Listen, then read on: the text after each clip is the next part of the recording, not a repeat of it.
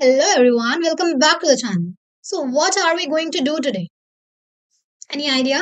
So today I'll be making you learn the 5 common mistakes जो कि हम grammar rules में करते हैं. कौन सी ऐसी 5 common mistakes हैं?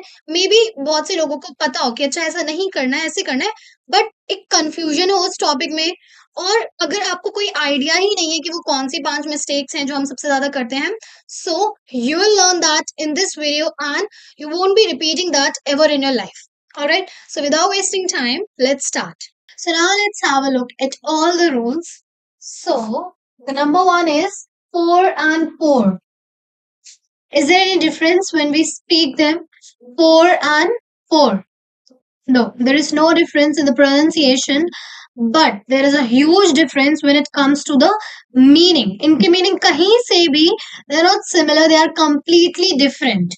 The meaning of P-O-R-E pour is कि किसी भी चीज में जो बहुत माइन्यूट जो छोटे छोटे होल्स होते हैं ना, दोज आर द पोर्स. ठीक है, कि कोई भी चीज हो जिसमें जो छोटे माइन्यूट बिल्कुल जो छोटे छोटे होल्स होते हैं, दोज आर द PORES वाले पोर्स.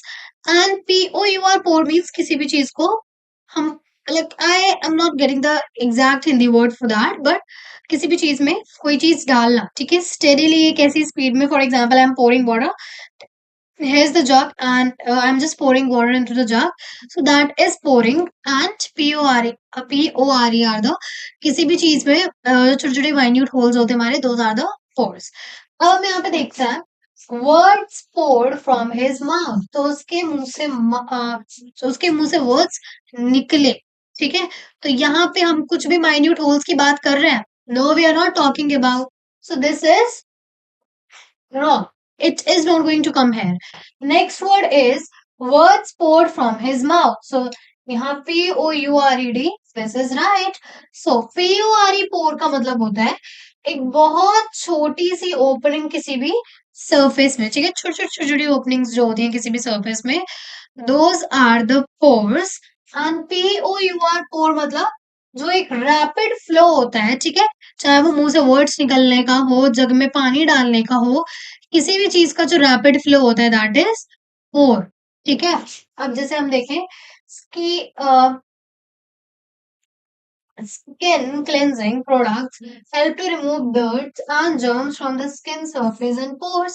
यहाँ पे हम बात कर रहे हैं कि जो स्किन क्लेंजिंग के जो प्रोडक्ट्स होते हैं वो क्या करते हैं, हमारी जो स्किन में जो छोटे छोटे माइन्यूट पोर्स होते हैं, ठीक है, तो उनमें से क्या डर्ट निकालने में दे हेल्प. इसलिए हमने कौन सा वाला पोर यूज करा? PORES पोर्स, ये वाला पोर यूज करा.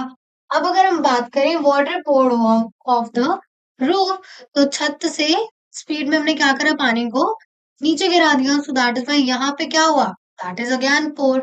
तो दोनों पोर्स के अलग अलग मीनिंग है. I hope these are clear to you all.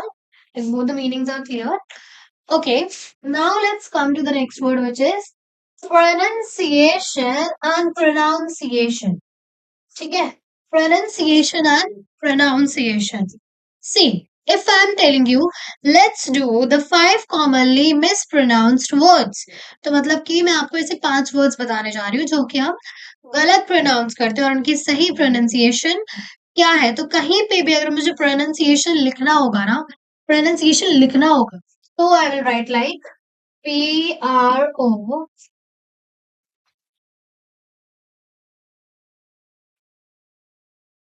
PRONUNCIATION.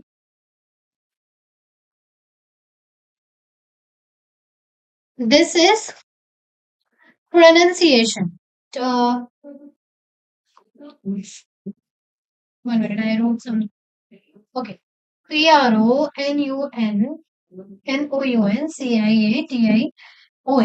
हमें अगर प्रोनाउंसिएशन लिखना होगा तो we will write like this. But when it comes to speaking, ठीक है, जब भी हमारी बोलने की बात होगी तो we will always speak it pronunciation. हम प्रोनाउंसिएशन बोलेंगे ना, तो वो प्रोनाउंसिएशन की ही प्रोनाउंसिएशन हम गलत कर रहे हैं. pronunciation is not a word when it comes to speak. हमारा वर्ड क्या होता है, pronunciation. बट अगर हम लिखने की बात करें तो we always write it like this. ठीक है, pronunciation नहीं, क्या होता है, pronunciation. ठीक है, pronunciation. और ऐसे ही देन एवरीवन थिंक्स कि it's not pronounce, like it's not mispronounce, it mispronounce. No, mispronounce नहीं होता, मिस प्रोनाउंस ही होता है। ठीक है, तो बस प्रोनाउंसिएशन होता है, it's not pronunciation, it pronunciation. And it's not mispronounce, it's mispronounce. तो हर चीज की जब भी like if you want me to make them videos on more such pronunciations, then I'll surely do that. But like for now, अगर ये grammatical errors में अगर ये एक आ रहा है, for that I'm telling you. ठीक है, so when it comes, जब भी हमारे लिखने की बात होगी, we'll write it like pronunciation, and when it will come to speak, तो हम कैसे बोलेंगे? Pronunciation. Okay, pronunciation. All right. Now let's come to the next one. Tough and though. इनकी तो प्रोनाउंसिएशंस ही अलग है, इनमें तो कंफ्यूजन होनी ही नहीं चाहिए, बट स्टिल अगर माइनॉरिटीज में भी इसकी प्रोनाउंसिएशन है ना, फॉर दैट आल्सो आई, इसकी कंफ्यूजन है, for that also I want to clear. See, tough is कोई चीज कठिन है, मुश्किल है, that is tough. And though is हालांकि। फॉर एग्जाम्पल अगर मैं बोलूं कि हालांकि बारिश हो रही थी लेकिन तब भी हम बाहर गए, what will I say? Though it was raining still we went out. ठीक है, अगर मैं बोलूं कि हालांकि मेरी तबीयत खराब थी तब भी मैं ऑफिस गई, although I was sick, still I went to the office. Although I was sick, I went to the office. तो दो मतलब हालांकि, और टफ मतलब कोई भी चीज जब हम बोलते हैं कि वो कठिन है, मुश्किल है, फॉर दैट वी यूज दो, टफ। ठीक है, अब एक बार एग्जांपल देखते हैं। You will be informed of its progress, slow tough but that may B.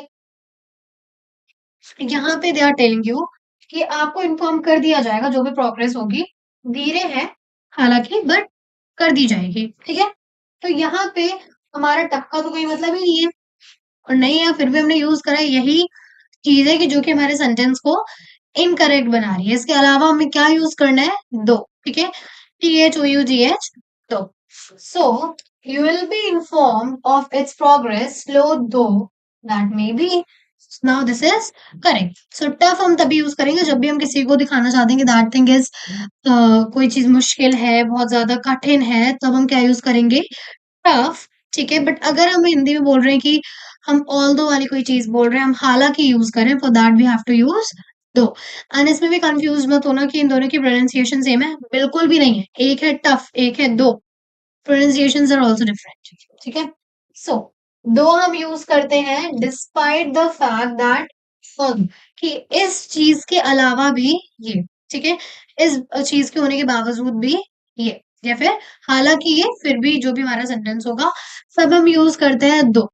Next is tough, हम यूज करेंगे जब भी कोई डिफिकल्ट चीज हमें बतानी हो। ठीक है, कोई भी डिफिकल्ट चीज जब भी हम दिखा रहे हो, फॉर दैट हम विल यूज टफ। अब यहाँ पे देखते हैं, though they were speaking in undertones, I could hear them. हालांकि वो बहुत धीरे आवाज में बात कर रहे थे तब भी मैं उन्हें सुन सकता था। अज्ञान, हालांकि यूज करो तो हम टफ तो यूज करेंगे नहीं, हम क्या यूज करेंगे? दो यूज करेंगे। Next is we have 6 tough matches in a row. हमारे पास एक के बाद एक के बाद एक, बैक टू बैक कितने टफ मैचेस हैं? 6। सो दैट इज व्हाई कठिन मैचेस, डिफिकल्ट मैचेस की अगर हम बात कर रहे हैं तो हमने क्या यूज करा? तो टफ यूज करा। ठीक है, तो हालांकि दो, मुश्किल, डिफिकल्ट, कठिन, टफ। ठीक है, I hope this one is clear to you all. Now let's come to the next one. Okay, two and too, to, to, to, too, कोई डिफरेंस बोलने में तो नहीं इतना पता चलेगा, but there is a difference when it comes to the meanings. Two is दो।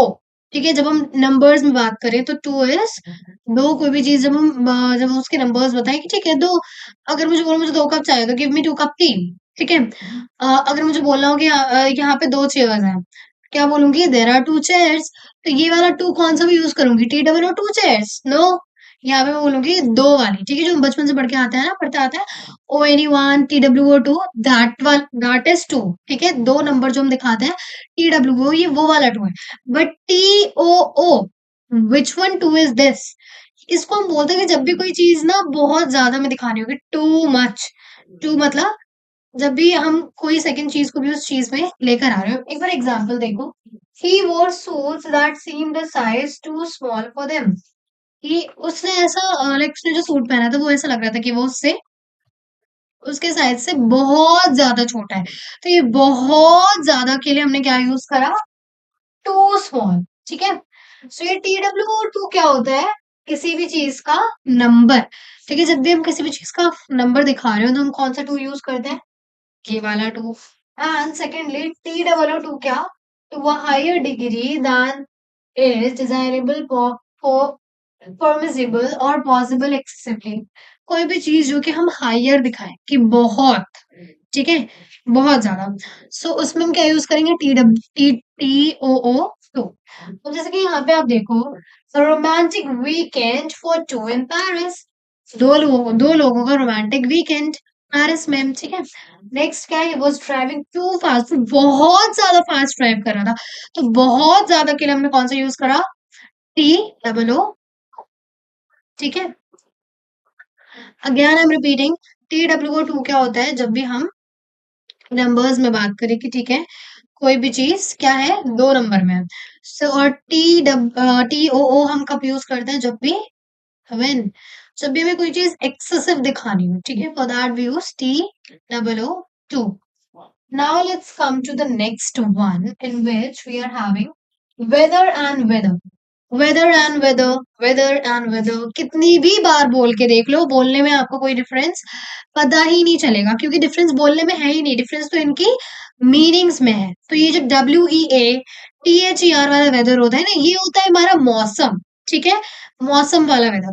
तो अगर हमें कभी भी मौसम दिखाना हो कि आज बहुत सुहावना मौसम है, today is a pleasant weather, today is pleasant weather. अगर अब ये जो ये वाला वेदर है, ये दूसरा वाला है, ये वाला, ये हम तब यूज करते हैं जब भी हमें किन्हीं दो चीजों में चॉइसेस दिखानी हो, या तो ये या तो ये। ठीक है, तो वेदर मतलब जब भी हमें दो चॉइसेस में से एक चूज करना होता है। Now if the weather is good we can go for a walk. Wrong, यहाँ पे इन्होंने ये वाला वेदर लगाया हुआ है, चॉइसेस वाला, मौसम वाला तो लगाया ही नहीं है, तो इसलिए सेंटेंस क्या हो गया, गलत हो गया। हमें क्या लगाना है, if the weather is good we can go for a walk. अगर जो वेदर है वो अच्छा होगा तो हम वॉक पे जा सकते हैं। ठीक है, so this one is right. Now whether the state of the atmosphere of a particular place, जो हमारा एटमोस्फेयर होता है, अगर हम उसको दिखाना हो तो हम ये वाला वेदर यूज करते हैं। Next is whether expressing a doubt और चॉइस बिटवीन द ऑल्टरनेटिव्स। तो दूसरा वाला वेदर हम तब यूज करते हैं जब भी हम किन्हीं दो चीजों में चॉइस दिखा रहे हो, उसके ऑल्टरनेटिव्स दिखा रहे हो, फॉर दैट हम क्या यूज करेंगे, ये हमारा दिस वन वेदर। ठीक है, अब एग्जाम्पल देखो, the forecast is for brighter weather after days of rain. तो जो फोरकास्ट है वो बारिश के बाद कैसी है, कैसी है कि जो दिन होंगे वो खुले खुले ब्राइटर डेज होंगे। अगेन यहाँ पे मौसम की बात कर रहे हैं, वेदर फोरकास्ट की बात कर रहे हैं, तो हम कौन सा वाला वेदर यूज करेंगे, फॉर श्योर यही वाला वेदर यूज करेंगे, क्योंकि मौसम से रिलेटेड कोई भी बात आएगी तो यू हैव टू यूज यही वाला वेदर। नेक्स्ट देखते हैं, he seemed undecided whether to go see. वो अनडिसाइडेड लग रहा था, वो कंफ्यूज लग रहा था कि उसको बाहर जाना चाहिए या फिर घर पे रहना चाहिए। ठीक है, एक बार और हम अपने सारे रिवाइज कर लेते हैं। ओके, सो ये वाला जो हमारे टू वर्ड्स थे यहाँ पे, PORE पोर एंड POUR पोर। तो ये ऊपर वाला पोर हम कब यूज करते हैं, किसी भी सरफेस में जो छोटे छोटे छोटे छोटे माइन्यूट और टाइनी पोर्स होते हैं, लाइक जो ओपनिंग्स होती हैं, फॉर दैट वी यूज ये वाला पोर। एंड ये पोर मतलब किसी भी चीज में रैपिडली कुछ डालना या किसी भी चीज से रैपिडली कुछ निकलना, दैट इज द पोरिंग। ठीक है, नेक्स्ट हमारा वर्ड था प्रोनाउंसिएशन। प्रोनाउंसिएशन इज जब हम लिखते हैं, it's written like pronunciation, but when it comes to speaking like we say it like pronunciation, pronunciation. Alright, next है हमारा दो एंड टफ। तो दो हम यूज करते हैं जब भी हम बोलते हैं कोई चीज, हालांकि despite of this we are doing this, so at that time हम यूज करते हैं though. And tough is when we are denoting something which is very difficult, at that time we use tough. ठीक है, okay, so the next is two और too. ठीक है, two और too. So two is a number and too is when something is बहुत ज्यादा excessive quantity में कोई चीज है, तब हम TOO वाला टू यूज करते हैं। And the last one is weather and whether. एक वेदर होता है जो हमारे मौसम के लिए यूज होता है एंड दूसरा वेदर होता है जो हम लाइक जब हमारे पास दो चॉइसेस होती है हम तब यूज करते हैं। ऑलराइट, सो आई होप कि आपको ये सारे अच्छे से समझ आ गए। मैंने आप repeated them for you all. तो अगर आपको ये वीडियो अच्छी लगी हो देन प्लीज इसे लाइक करना। And one more thing I would like to tell you कि यहाँ पे you can see the number it's 55 which means that I have already completed 50 errors में से पहले भी कंप्लीट कर चुकी हूँ। So I am making a series for 100 grammatical errors. तो अगर आपने वो नहीं देखे हैं लास्ट 50 देन प्लीज उन्हें भी देखना, क्योंकि सिर्फ इन पांच ग्रामेटिकल एरर्स को देख के एज सच कोई फायदा नहीं होगा जब तक आप सारे नहीं देखोगे, ठीक है। एंड आई होप कि आप उन्हें देखो क्योंकि they are really going to be helpful for you all. Till then stay tuned and subscribe our channel. Thank you for watching. यार ये देखना, ये फॉर्च्यून यहाँ पे रिफाइंड ऑयल क्या कर रहा है? दिखा। अरे ये रिफाइंड वाला फॉर्च्यून नहीं है, फॉर्च्यून का मतलब लक, किस्मत। रियली? यस। तुझे कैसे पता? क्योंकि मैं टी पॉइंट लैंग्वेज से इंग्लिश सीखती हूँ और अब तो इंग्लिश मेरे बाएं हाथ का खेल है। बाएं हाथ का खेल है और यहाँ मेरे से ढंग से एक्सक्यूज मी भी नहीं बोला जाता है। जब भी तुझे चाय वाले भैया से गिव मी वन टी बोल के मुझे हंसी आ जाती है। हाँ यार, मैं क्या करूँ, फिर जॉब छोड़ दूँ? तो इसमें सोचना क्या है, इधर आ। देख यहाँ पे tpointlanguage.com सर्च करके तू कोई भी लैंग्वेज सीख सकती है। अपना नाम और नंबर रजिस्टर करो, एनरोलमेंट करा। ओह अमेजिंग यार, तो मतलब अब एक्सेंट भी होगा और कॉन्फिडेंस भी। And that too in 1 month. Oh my god, तो मतलब अब मैं भी give me a cup of tea सही से बोल सकती हूँ। Yes, of course. Finally. So stop struggling and start speaking. join T Point English language course right now and speak like a pro. Follow for more.